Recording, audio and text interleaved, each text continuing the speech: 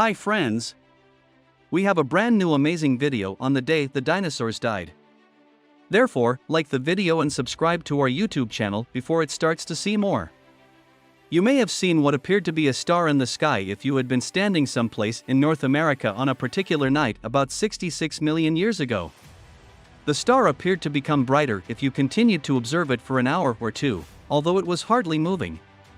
That's because it wasn't a star, but an asteroid that was speeding toward Earth at a rate of around 45,000 miles per hour. The asteroid struck 60 hours after that. A supersonic shockwave was created by the frontal air being compressed and intensely heated as it tore a hole through the atmosphere. Whereas the Yucatan Peninsula is now, a shallow sea was impacted by the asteroid. The Cretaceous era came to an end at that time, and the Paleogene era started. A few years ago, researchers at Los Alamos National Laboratory used the so-called Q machine, one of the most potent computers in existence at the time, to simulate the impact's effects. The outcome was a false color, slow-motion video of the event that was shot second by second. The asteroid, which was at least 6 miles wide, slammed with Earth in 2 minutes and left behind a crater that was 18 miles deep and 25 trillion tons of debris in the atmosphere. Imagine a pebble falling into a pond and making a splash, but on a much larger scale. A peak taller than Mount Everest momentarily rose when the crust of the Earth recovered. Although the explosion had energy equivalent to 1 billion Hiroshima bombs, it lacked the characteristic mushroom cloud of a nuclear explosion. Rather, the first explosion created a rooster tail, a massive jet of molten material that departed the atmosphere, some of which fanned out over North America. Much of the stuff ignited anything within 1,000 miles since it was many times hotter than the surface of the sun. In addition, the Western Hemisphere was covered in tektites, which are red-hot blobs of glass that had dissolved and expanded outward from an inverted cone of superheated rock. Some of the ejecta managed to escape the gravity of Earth and enter erratic orbits around the Sun. Throughout millions of years, pieces of it traveled to other solar system planets and moons.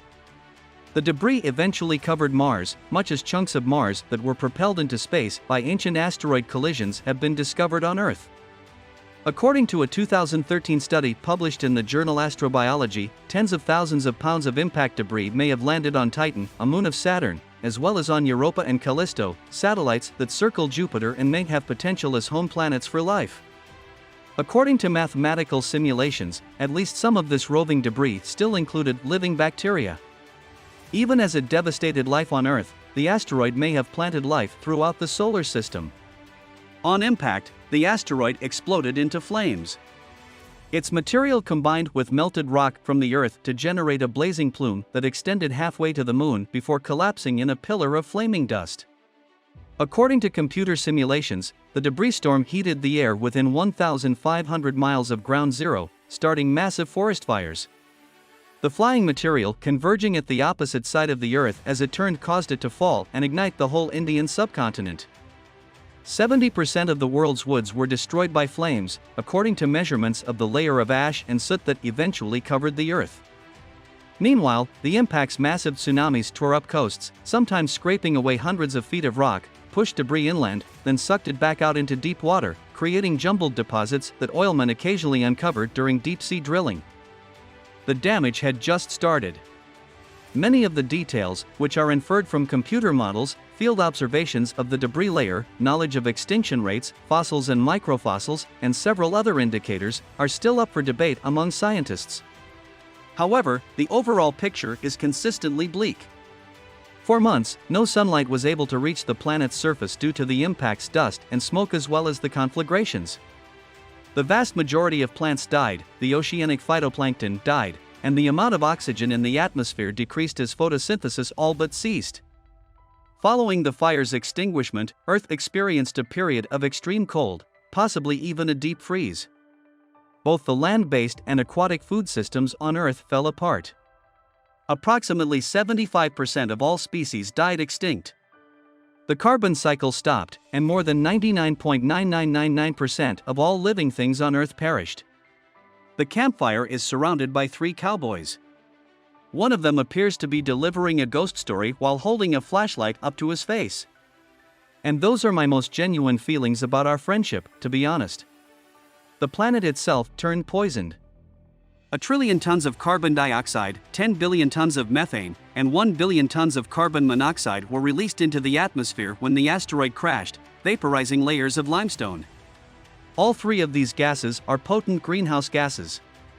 Additionally, the impact melted anhydrite rock, ejecting 10 trillion tons of sulfur compounds into space. The sulfur and water combined to make sulfuric acid, which then dispersed as acid rain and may have had sufficient strength to peel the leaves from any remaining plants and leach the soil's nutrients.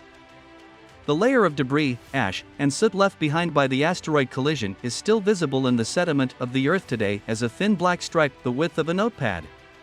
The Tertiary period and the Cretaceous period are separated by this, which is known as the KT boundary. The infamous 3-meter dilemma is one of paleontology's greatest riddles. In the layers 3 meters, or about 9 feet, below the KT boundary, a depth reflecting many thousands of years, hardly any dinosaur remains have been discovered in an exhaustive search that has lasted a whole century and a half. As a result, several paleontologists have asserted that the dinosaurs were already in danger of extinction before the asteroid hit, possibly as a result of volcanic eruptions and climatic change. Others have argued that the 3-meter issue just illustrates how challenging it is to locate fossils. They have argued that sooner or later a scientist will find dinosaurs much closer to the time of extinction. Since dinosaurs were discovered below the KT layer, but never above it, paleontologists have known for at least half a century that an extinction took place during the Cretaceous and Paleogene periods, which were covered by the Hell Creek Formation. Not just in Hell Creek, but elsewhere in the world, this was true. For a long time, scientists thought the KT extinction wasn't much of a mystery because many different types of life had been gradually eliminated over millions of years by volcanism, temperature change, and other factors. But in the late 70s, a young geologist called Walter Alvarez and his nuclear physicist father, Luis Alvarez, found that the KT layer included exceptionally high concentrations of the rare metal iridium, which they believed to be caused by the dusty remnants of an asteroid impact. They suggested in a 1980 paper in Science that the mass extinction was brought on by this impact because it was so enormous, and that the KT layer was the resultant debris.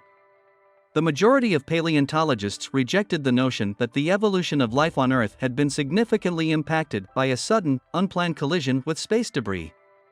But as the years went by, the evidence grew stronger until, in a 1991 study, the smoking gun was revealed, the finding of an impact crater in the Yucatan Peninsula that was exactly the appropriate age, size, and geochemistry to have triggered a global extinction. After a small Mayan settlement close to the epicenter, the crater and the asteroid were given the name Chicxulub. David Kring, one of the authors of the 1991 study, was so alarmed by what he discovered about the impact's destructiveness that he became a leading advocate for a system to recognize and destroy potentially dangerous asteroids. If we don't stop it, the Earth will once again be struck by an asteroid the magnitude of Chicxulub, he assured me. Even a rock 300 meters high would destroy agriculture worldwide. In a seminal science paper published in 2010, 41 scientists from a wide range of fields said that the question was finally resolved: the extinction was triggered by a massive asteroid strike. However, vehement opposition to the proposal persists. The main alternative theory contends that the massive Deccan volcanic eruptions in what would eventually become India sent enough sulfur and carbon dioxide into the atmosphere to alter the climate. 500,000 square miles of the Earth's surface were covered in lava during the eruptions, which started before the KT hit and continued after it. They lasted hundreds of thousands of years. Supporters said that the 3-meter gap beneath the KT layer was proof that the mass extinction was already well underway when the asteroid hit. In 2004, De Palma, a 22-year-old undergraduate student of paleontology, started digging a small site in the Hell Creek Formation. The deposit was made up of incredibly thin sedimentary layers, and the location had originally been a pond. Typically, one geological stratum can be thought of as thousands or even millions of years old. However, De Palma was able to demonstrate that the deposit's layers were all laid down during a single significant downpour. He said to me, "We could see when there were buds on the trees. We were able to observe the cypress trees losing their needles in the fall. We were able to witness this in real time. Looking at the layers was like leafing through a silty book of paleohistory that contained decades worth of ecological history." The late Larry Martin, De Palma's advisor, advised him to discover a similar site with strata closer to the KT border. How was this video? Feel free to give your valuable feedback in our comments section. Also make sure to subscribe to our YouTube channel.